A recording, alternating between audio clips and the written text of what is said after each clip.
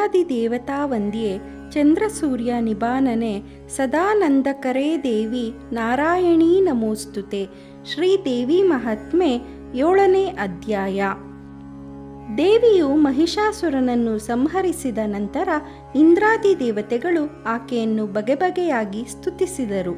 ಹೇ ಜಗನ್ಮಾತೆ, ಪ್ರಕೃತಿ ರೂಪಿಣಿ, ಪರಾಂಬಿಕೆ, ಸಕಲ ಜೀವಿಗಳ ಚಾಲನ ಪಾಲನ ನಾಶಕ ಶಕ್ತಿರೂಪಿಣಿ, ಮಾತೃರೂಪಿಣಿ, ವಿದ್ಯಾರೂಪಿಣಿ, ಬುದ್ಧಿರೂಪಿಣಿ, ಶಕ್ತಿರೂಪಿಣಿ, ಲಜ್ಜಾರೂಪಿಣಿ, ಮತಿರೂಪಿಣಿ, ಪ್ರಜ್ಞಾರೂಪಿಣಿ, ತೇಜೋರೂಪಿಣಿ, ಕೀರ್ತಿರೂಪಿಣಿ, ಶಿಷ್ಟರಕ್ಷಣಿ, ದುಷ್ಟಶಿಕ್ಷಣಿ, ಸರ್ವದೇವತಾತ್ಮಿಕೆ, ಸರ್ವಬಲರೂಪಿಣಿ, ಅಗ್ನಿ ಸೂರ್ಯ ಚಂದ್ರರಿಗಿಂತ ಪ್ರಕಾಶದಾಯಿನಿ, ಜಗದಂಬೆ, ನೀನೇ ನಮ್ಮ ತಾಯಿ ತಂದೆ ಬಂಧು ಮಿತ್ರ ರೂಪಿಣಿಯಾಗಿರುವೆ.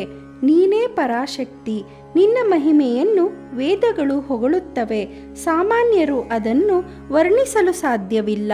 ಓ ತಾಯಿ, ನೀನು ಮಹಾಲಕ್ಷ್ಮಿಯಾಗಿ ಸೃಜಿಸುವೆ, ಮಹಾ ಸರಸ್ವತಿಯಾಗಿ ಚೇತನಾ ಶಕ್ತಿ ನೀಡುವೆ, ಕಾಲಾಂತ್ಯದಲ್ಲಿ ಮಹಾಕಾಳಿಯಾಗಿ ಸಕಲ ಜಗತ್ತಿನ ಸಂಹಾರ ಕಾರ್ಯ ಕೈಗೊಳ್ಳುವೆ.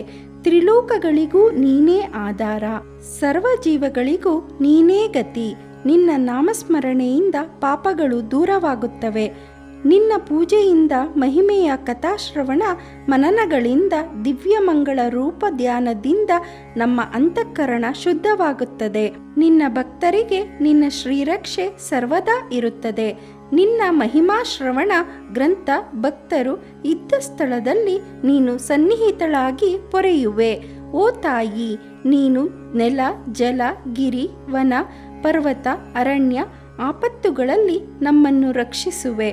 ಸದಾ ಶತ್ರು ಸಂಹಾರಕ್ಕಾಗಿ ನೀನು ಖಡ್ಗಧಾರಿಣಿಯಾಗಿ ಸಂಚರಿಸುವೆ. ಭಕ್ತರ ಸಜ್ಜನರ ಹಿತವನ್ನು ನೀನೇ ಸದಾ ರಕ್ಷಿಸುವೆ. ಓ ಮಹಿಷಮರ್ದಿನಿ, ನಿನ್ನ ಮಹಿಮೆ ಅನಂತ ಅಪಾರವಾಗಿದೆ. ಹಿಂದೆ ಯೋಗಮಾಯಿಯಾಗಿ ಮಧುಕೈಭಟರ ಸಂಹಾರಕ್ಕೆ ನೀನೇ ಕಾರಣಳಾದೆ. ಬೆಕ್ಕಿನ ರೂಪದ ಬಿಡಾಲಾಸುರ, ಮೊನಚು ಕೂದಲಿನ ರಸಿಲೋಮ, ವಿಕಾರದಂತಗಳ ರುದಗ್ರ, ಖಡ್ಗದಂತೆ ಮೂಗಿನ ಚಿಕ್ಷುರ ಹಾಗೂ ಮಹಿಷಾಸುರಾದಿ ದೈತ್ಯರನ್ನು ಲೋಕ ಕಲ್ಯಾಣಕ್ಕಾಗಿ ಸಂಹರಿಸಿದ ನೀನು ಸರ್ವಮಂಗಳ ನೀನೇ ಶಿವೆ. ಸಕಲಾಭಿಷ್ಟ ಪ್ರದಾಯಿನಿ ನೀನೇ ಎಲ್ಲರಿಗೂ ಶರಣ್ಯೆ. ತ್ರಿನೇತ್ರಳಾದ ನೀನು ಸಕಲ ಲೋಕ ವಂದಿತಳಾಗಿರುವೆ. ಹೇ ಗೌರಿ ನಾರಾಯಣಿ, ನಿನ್ನ ನಾಮಸ್ಮರಣೆಯಿಂದ ಶತ್ರುಗಳು ನಾಶವಾಗುವರು. ನಿನ್ನ ನಾಮಸ್ಮರಣೆಯಿಂದ ಶತ್ರುಗಳು ಮಿತ್ರರಾಗುವರು. ಋಣ ರೋಗಾದಿಗಳು ನಿವಾರಣೆಯಾಗುತ್ತವೆ. ನಿನ್ನ ದಿವ್ಯ ರೂಪ, ದಿವ್ಯಾಸ್ತ್ರಗಳು, ದಿವ್ಯಾಭರಣಗಳು, ಕಿರೀಟ, ಕಾಲ್ಗೆಜ್ಜೆ, ಕಂಠೀಹಾರ, ದಿವ್ಯ ಪೀತಾಂಬರಗಳನ್ನು ಸ್ಮರಿಸಿದರೆ ಕ್ಲೇಶ ನಿವಾರಣೆಯಾಗುತ್ತದೆ. ಹೇ ಮಾತೆ, ನಮ್ಮ ವಂದನೆಯನ್ನು ನೀನು ಸ್ವೀಕರಿಸು. ನಿನ್ನ ಮಹಿಮೆ ಸದಾ ನಮ್ಮ ರಕ್ಷೆಯಾಗಲಿ. ನಮ್ಮೆಲ್ಲರಿಗೂ ಸಂಪತ್ತು, ಐಶ್ವರ್ಯ, ಕ್ಷೇಮ, ಆಯುರಾರೋಗ್ಯಗಳನ್ನು ನೀಡಲಿ ಎಂದು ಇಂದ್ರಾದಿ ದೇವತೆಗಳು ಪ್ರಾರ್ಥಿಸಿದರು.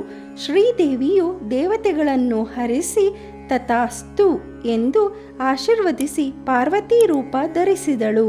ಎಂಬಲ್ಲಿಗೆ ದೇವಿ ಮಹಾತ್ಮೆಯ 7ನೇ ಅಧ್ಯಾಯವು ಮುಕ್ತಾಯವಾಯಿತು.